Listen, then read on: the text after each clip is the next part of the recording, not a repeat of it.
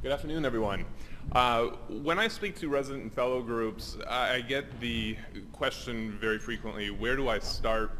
And the comment that I typically receive is, well, I've never had any training on personal finance, so what are the things that I should be considering at this stage of my life? It's pretty difficult as a resident and fellow to really find information that I think provides proper perspective, so hopefully we can touch on some of that today. The information that we'll talk about, some of this will be applicable for you now during residency and fellowship. Some of it will become probably more applicable once you actually enter practice. What we consider the foundation of your financial plan is what we're going to be discussing today. Those issues are debt management, emergency reserves, risk management, and again, where to start. How do you build a plan? We'll start with debt management. Before I get into debt management, I just want to say that what we'll be talking about today is the concept of paying off debt in the most financially efficient method possible. With that said, I recognize that debt is typically the most emotional component of someone's financial plan. And if you are very debt averse, it may not make sense to take the most financially efficient approach to paying off debt. You may want to pay off debt a little bit more aggressively. But when figuring out, okay, well, should I be directing this extra dollar I have out of my monthly budget to pay off a debt or to save? What's the consideration there? And I think the first thing you need to think about is, what's the interest rate on your debts? If you have debts with interest rates of 8% or higher, we consider that bad debt. And you want to pay off bad debt as soon as humanly possible. Don't let anyone talk you into doing almost any type of investing if you have bad debt around. On the flip side, if you have debts with interest rates of 5% or less, that's good debt. It's okay to pay the minimum on your good debt and save any other discretionary dollars that you have into cash accounts, potentially a retirement plan. But with that said, if you have good debt, you need to have the discipline to save the discretionary dollars that you have rather than spend those dollars. If you pay the minimums on your good debt and the excess money gets spent, by all means pay off good debt. If you have the discipline to save the extra dollars, go ahead, pay the minimum, and save those dollars elsewhere. Now, for most of you in the room, given that most of the people are residents here, I saw the slide earlier, most of you probably have the majority of your debt in the gap there between 5 and 8%. Stafford loans right now are fixed at 6.8%. We're seeing more and more medical students and now residents and fellows with Grad Plus loans. Those loans are typically at 7.9%. Sometimes they actually reach into the bad debt category of 8.5%. In that gray zone between 5 and 8%, you don't necessarily want to pay the minimums on those debts. You don't necessarily want to take every excess dollar you have and apply it towards the debt either. There should be a happy balance between paying off debt and saving for the future. Now, during residency and fellowship, there may not be much money or any money to be saving for the future, but when you get out into practice, these are things to consider. The other thing that you might want to look into, and this is fairly new, there are private groups that are now consolidating federal student loans. And they're consolidating these student loans at lower interest rates. Fixed over a 25 to 30 year time frame, you're probably looking at an interest rate of about 5.5% right now. So it's not hugely lower than 6.8%, but over the course of 10, 20, 30 years, a 1% difference in the interest rate is fairly significant. In general, when you're, again, considering, should I be paying off debt, should I be saving? Think of your net worth as a bucket of water. And any interest that's generated on your savings, that's water into the bucket. Interest generated by your debt, that's a hole in the bucket. If you can pour water into the bucket faster than it's coming out, don't worry about aggressively paying off the debt. On the other hand, if that water is coming out faster than you can pour it in, you need to plug that hole. If you have credit cards at 15, 20, 25% interest rates, those are gaping holes in your bucket. Fill that bucket before doing essentially anything else. Fill that hole before doing essentially anything else.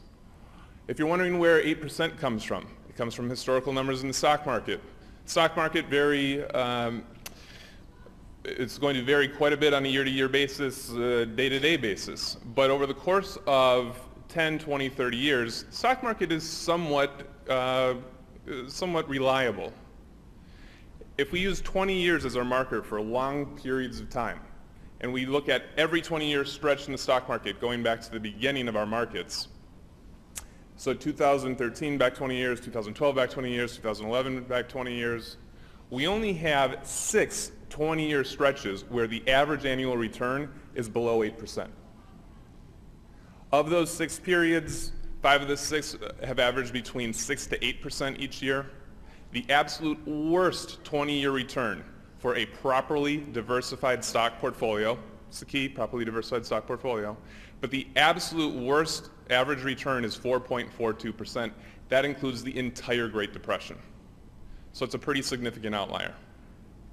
8% is actually a pretty conservative rate of return over longer periods of time. Now, you're very rarely going to earn 8% in any one given year. You might be up 20 one year, you could be down 15 the next. But over the course of longer periods of time, 8% is a very realistic expectation for your investments. Moving on to emergency reserves. After bad debts are paid off, it's a good idea to build up a cash reserve. Ideally, you would have 3 to 6 months of your total monthly expenditures in a cash reserve. That might not be possible when you're in residency and fellowship. If not, again, one of the first things to do once you do go out into practice. If you're wondering where should this emergency reserve be kept, where should this money be held, you could keep that money at a savings account in a bank. I'm not a big proponent of that. The reason for that is that's likely going to be where you have your checking account. And every time you log into your checking account to see the balance, you will see your savings account balance. And for most people, if they see the money, they're more likely to spend the money. So if you are planning on your own, you're wondering where to open up an emergency reserve today, a pretty good option is Capital One. I have no ties to Capital One, but Capital One, their 360 savings account, interest rate now I think is around 0.75%, pretty low because we're in a low interest rate environment right now.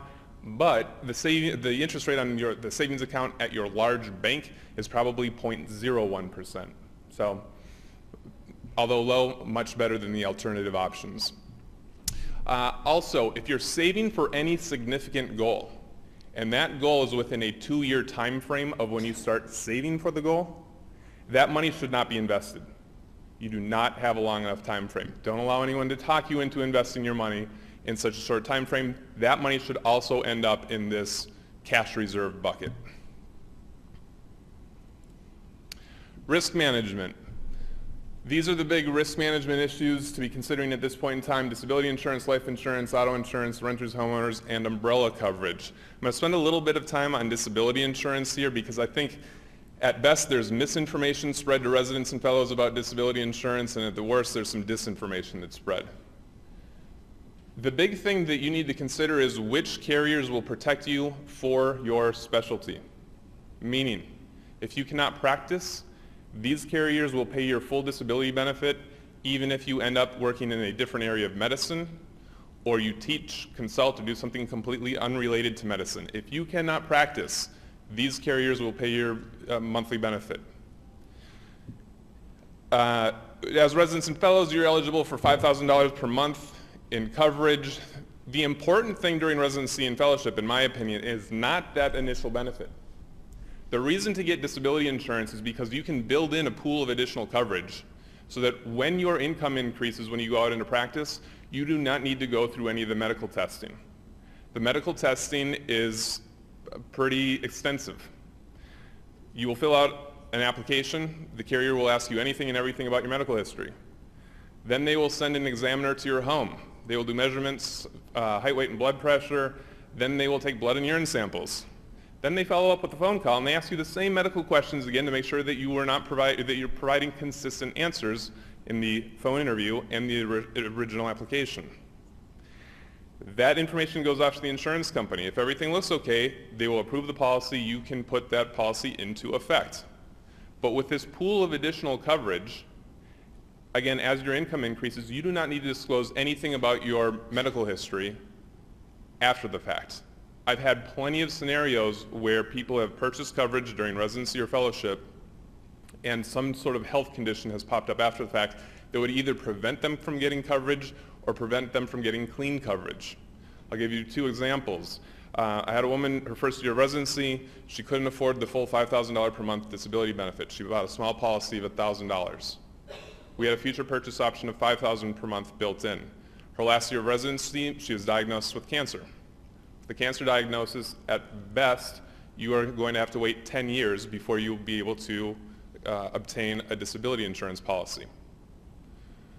Because she had this pool of additional coverage, she didn't have to disclose anything about her health history, and when she went out into practice, she was able to add that additional $5,000 per month. Now, that didn't fully cover her income, but it's better than no protection at all. I had another gentleman, a surgeon. At the end of his residency, he purchased $5,000 per month in coverage. We were able to build in an additional pool of $15,000 per month in future benefits. So he had the ability to get to $20,000 per month in coverage once he was out in practice. 3 months into his fellowship program, got into a car accident, really banged up his wrist, forearm. He wasn't able to practice for a while. Eventually, he was able to go back to practice. If he had applied for coverage after the accident, the insurance carrier would have said, sure, we'll give you a policy, but we're not going to cover your wrist or your forearm. Pretty important for a surgeon. So these are things where, again, the benefit really in my mind is not, well, I might become disabled while I'm in residency, that's why I should purchase coverage. It's more to protect that future income than the current income. Life insurance, I'll keep this simple. If you are single, you do not need life insurance. You may want it, you don't need it. If you're married, I personally still make the argument you don't necessarily need life insurance. Again, you might want it. If you have kids, you need life insurance. If you've talked to a life insurance agent, usually the first thing that comes up is what type of coverage you should purchase. I think that's out of order. The first thing that you should think about is how much coverage should I have so that if I do pass away, my family has an appropriate income to replace my income. Here's a good rule of thumb. Every $1 million in life insurance that you have translates to roughly $40,000 to $50,000 per year in income replacement. How do I get to those numbers? In the event somebody passes away with a life insurance policy, the full amount pays out within a week or 2 of that person passing away. So let's say it's $1 million. The idea is that this money is meant for income replacement, not a big shopping spree.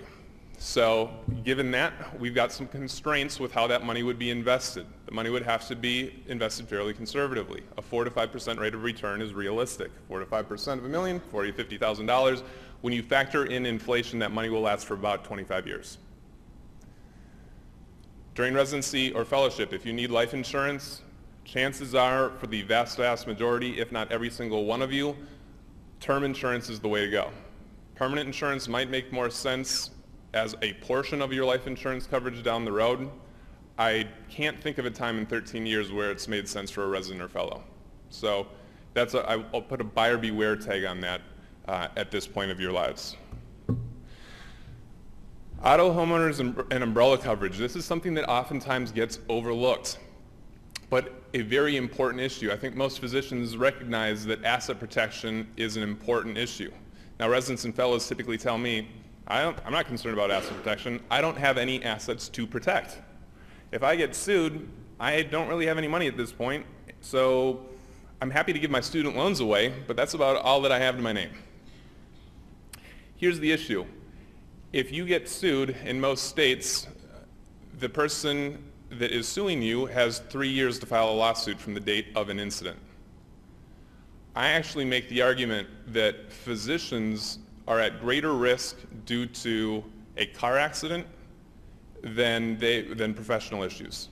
And the reason why is every physician I've ever worked with understands that medical malpractice coverage is a necessity.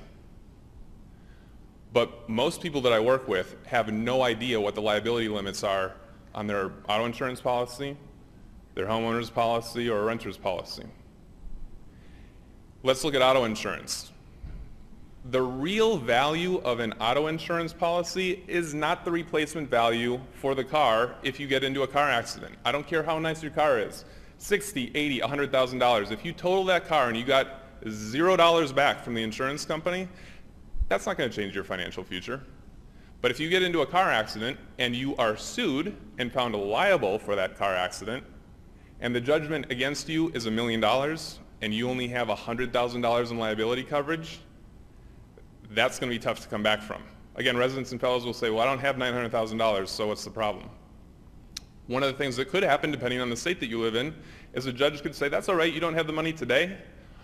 What we're going to do is start taking $2,000, $3,000, $4,000, $5,000 a month out of your paycheck for the next 15, 20, 30 years. Liability coverage is the real value of your auto insurance policy. Homeowners coverage. Again, liability coverage is the important issue here. A couple of things that a lot of people don't realize: homeowners coverage covers you far beyond the boundaries of your home. Same with the renter's policy. I had a client that went skiing out west, ran into somebody on the mountain. That person sued him. His homeowner's insurance policy covered him for that accident. Here's a scary story I will tell people. Let's say you're having a party at your house. A friend of yours decides to drink too much at your party and also decides it's a good idea to drive home themselves rather than go with a designated driver or call a cab. If that person gets into a car accident, the person that they hit will likely sue your friend. In the course of that car accident, the question will be asked, where were you the night of the car accident? I was at my friend's home. Is this where you became inebriated? Yes, this is where I became inebriated. One of the questions that will also come up is, what does your friend do for a living? My friend's a physician. Now the attorney gets excited because they get to name the rich doctor in the lawsuit. It doesn't matter if you're a resident or fellow. You guys are probably well aware that most people don't understand residency and fellowship. You're just a rich doctor because you are a doctor. You'll be named in that lawsuit. Your homeowner's insurance policy or renter's policy will cover you in the event of that issue. What everyone in this room should do by the end of this week is purchase an umbrella liability policy. An umbrella policy layers on top of both your auto policy and homeowner's policy to provide additional liability coverage. You know, for residents and fellows, there's unfortunately, just because of your income at this stage compared to your future income, there's not a whole lot that you can do on the positive side of the equation to make a significant difference in your financial life. It's really important to be protecting that future income. Disability insurance protects your future income. An auto policy, homeowner's policy, umbrella policies, these policies protect your future income in the event that something goes haywire between now and when you finish training. An umbrella policy, getting back to this, layers on top of the auto and homeowner's policy, again, to provide additional liability coverage. The policies typically start at $1 million. One of the reasons that I recommend this is the policies are very inexpensive. For $1 million, you should probably pay about $150 to $200 per year. So for what you get, it's very inexpensive. You might need to increase the liability limits on your auto policy in order to qualify for an umbrella policy. Do all of this with your current insurance company. If you have an auto policy, homeowners or renters, and an umbrella policy, so 3 lines of coverage with 1 carrier, they'll typically give you a 5 to 10% discount on all 3 lines. Retirement savings. I'm giving you the maximum annual contribution limits. I recognize that this is not something that you'll currently be doing. Just more knowledge when you are out in practice. If you go into private practice, you will likely have a 401k plan. If you go into academics, you will likely have a 403b plan. As the physician, there is essentially no difference between a 401k and a 403b to you. You can put up to $17,500 per year away into these plans. This is income that you are deferring, you are choosing to bypass to put into this retirement plan. The limit's going up to $18,000 next year. So, if you make $318,000 your first year in practice and you contribute $18,000 to your 401k or 403b plan, you'll be taxed as if you made $300,000 rather than $318,000. That's one of the benefits of that 401k or 403b. In most private practices, you will have a profit-sharing plan. A profit-sharing plan is a somewhat misleading title. Profit-sharing plan is simply another form of a retirement plan that allows you to contribute additional dollars into that plan. If you're an associate at the practice, it's typically the practice that's making the contribution on your behalf. So that's a pretty significant benefit that you're receiving from the practice. Now, they may not make the full contribution on your behalf. They may make a partial profit sharing plan contribution, but they do have the ability between the 401k and 403b and profit sharing plan, there's a total potential of $52,000 per year. Pension plans, you will typically find these at academic institutions rather than private practices, although some private practices do have pension plans. A pension plan is a very generic term. There are lots of different ways that pension plans can be structured. I'll give you two of the more common ways. One type of pension plan works very similar to a profit sharing plan, where they just say, we're going to, the institution says, we will put a certain amount of money into this plan, this retirement plan, on your behalf. On the low end, it might be 5 or 6% of your income. On the high end, it might be 12 to 15% of your income. Another type of pension plan is, I think, the plan that most people associate with pension plans, where the institution says, for every year you work at our institution, we will give you a percentage of your income permanently in retirement. Common way this works, each year you work there, you get 2% of your income in retirement. And that will usually cap off after 30 years. So you work at an institution for 30 years, 30 times 2% is 60%. You would get 60% of your income for the rest of your life when you retire. And as far as how they calculate income, it's usually the highest average 3-year salary while you're at the institution. SEP IRAs, also up to $52,000 per year.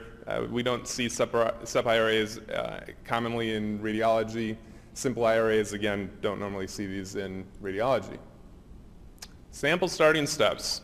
Build a strong foundation to your plan. Many people want to skip over the foundation elements inside of a financial plan because they're not terribly exciting. Debt management, not a lot of fun. Emergency reserves, not fun either. Risk management's really not fun. But they're important components to a plan. If you don't have a strong foundation to your financial plan and something goes haywire, all of the money that you've saved or invested can disappear very rapidly. On the other hand, if you do have a strong foundation, if life throws you a bit of a curveball, you should still be okay. Starting point, again, eliminate bad debt. Once bad debts are paid off, and when figuring out how should I be paying off debts, which debts should I be paying off first, sometimes I'll hear people say, well, I'm going to take the highest balance or lowest balance debt, and I'm going to start paying that debt off first. The most efficient way to be paying off your debts is to line up your debts from highest interest rate to lowest interest rate. Pay the minimum balance on every single loan except for the highest interest rate loan. All extra payments should be going towards the highest interest rate loan. Once that loan is paid off, take that entire payment, add it to the minimum payment of the second highest interest rate loan, and start eliminating that debt and go right down the line. So eliminate bad debt, build your emergency reserve, implement proper risk management strategies. Especially if you have children, you need to create estate planning documents. If you're in residency and fellowship right now and you have kids, at a minimum, create a basic will. You don't need to spend a lot of money on this. Go on to Amazon, look for, I believe it's called Quicken Wills. Quicken, the budget software program, they also have a will program. And for probably $30 to $40, you can create a will. The only downside is you'll need to find an attorney to sign that will for you, but it takes about an hour. You need to have a will. Everyone in this audience has an estate plan, whether you know it or not. If you haven't created your own estate plan, the state that you live in, the state that you're a resident of, has created an estate plan for you. So if you pass away and you don't have a will, your state will decide who's taking care of your kids. And I have yet to meet a person that says, I want the state that I live in to be making that determination. So an hour of your life, create a will. When you're out in practice, a will and most likely a trust, probably a revocable trust, will be important documents to create. Then maximize your 401k and 403b and automate proper savings outside of work plans. I can't stress this enough. With most residents and fellows, there is I don't know if I want to call it a condition, but what I notice with most people is that the further into training they get, this idea or the concept of delayed gratification starts to hit them very hard. Most people have a list to typically a mental list rather than a physical list, but it's a list of all the nice things that they plan on purchasing once they go out into practice because they haven't been able to afford those nice things during residency and fellowship. This list is completely fine, but the mistake that I see people make is we'll sit down with someone when they go into practice and they'll say, all right, let's meet in 6 months. I've got these items that I'd like to purchase, and then we'll get going with planning. So we follow up 6 months later and they say, well, we purchased those items on our list, but we have 3 more items on the list. Let's talk in another 6 months. So we follow up 6 months after that. More items have been added to the list. Let's talk in a year becomes 2 years, 2 becomes 4. Suddenly people are 10, 15 years into practice and they're not saving appropriately. As residents and fellows, this might be hard to, you might not believe what I'm about to say, but I have clients with 7-figure incomes that feel financially stressed. And they feel financially stressed because once they got out into practice, they never figured out how much money do I need to be setting aside. What they were busy figuring out is how can I spend my money? And what almost every client that I work with will say at some point in their first year or 2 of practice is, I can't believe how easy it is to spend X. And X is whatever their gross income is at that point in time. What you really should do after you sign your first contract, sit down and calculate how much you're going to be paying in taxes your first full calendar year. Because I will tell you right now, given that you're all radiologists, your first full calendar year in practice, you will pay more in taxes than your current gross income. So that nice big shiny number that you see on your contract, that gets wiped out pretty quickly. And then when you factor in proper savings, we're down even further. You need to start mentally preparing as soon as possible for how much money you have to spend each month because you can find yourself in these situations, again, 10 years into practice, making a very good income where you may feel financially stressed. On the other hand, the people that start automating their savings early on in practice, the earlier you start, the less likely it is you ever get off track. You will have 1 or 2 critical times in your financial life. You're coming up on one of those times in the fairly near future.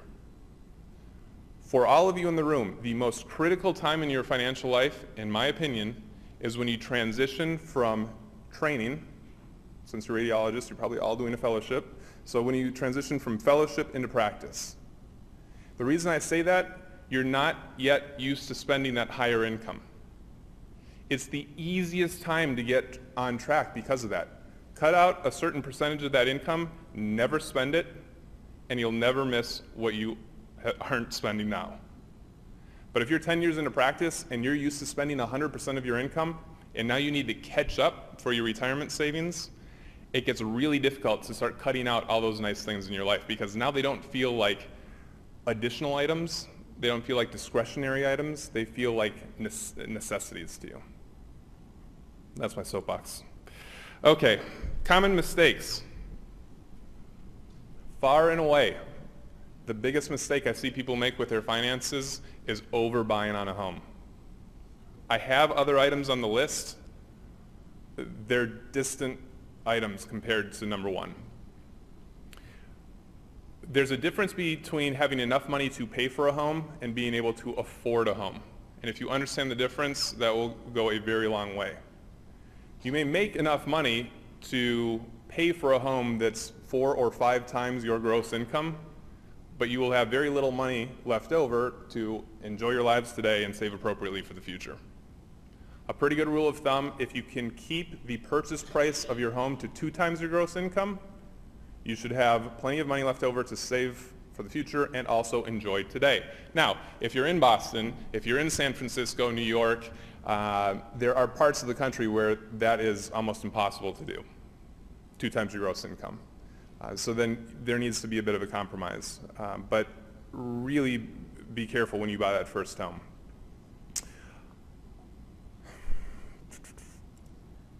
Running out of time. What to look for in a financial advisor. This is my last slide. I'll try to touch on this very quickly. If you plan on working with a financial advisor, understand that there are 2 main types of financial advising firms. Now, in the interest of full disclosure here, I work for an independent financial advising firm, so I will have an inherent bias towards an independent firm. I will do my best to give you the unbiased, biased version of this. A captive financial planning firm is owned by either an insurance company or an investment group. If you're working with an advisor for one of those firms, when it comes time in the planning process to recommend a specific company's products, they are likely going to recommend their company's products. If they don't, they probably won't have a job for long. With an independent financial advisor, in my opinion, if they're doing their job correctly, if they're making recommendations to you, they will be providing a variety of different recommendations. Disability insurance, like we talked about earlier, is a good example. When we talk to our clients about disability insurance, we walk them through all 6 companies that provide specialty-specific coverage so that our clients can make an informed decision on which option is best for them. With that said, if my option is to work with a knowledgeable captive financial advisor or an inexperienced independent financial advisor, I'm likely going to work with that captive advisor almost every time. So it's not that captive financial advisors are inherently bad, but there will be a bias built in. As physicians, your financial track is quite a bit different than the average person off the street. I think you're well aware of that. Due to this, I think it's important to work with an advisor that understands your career path. In terms of how to find that person, do not ask the question, do you work with physicians? The answer will always be yes. Dig a little bit deeper than that. Ask questions that relate to your financial lives. And if that person seems like they understand your financial track, and if they can tell you, talk about tail coverage, talk about how residency and fellowship works, partner buy-ins, that person probably understands your career. How is your advisor compensated? Ask your advisor how they're compensated. There are a variety of different ways. It shouldn't be a mystery.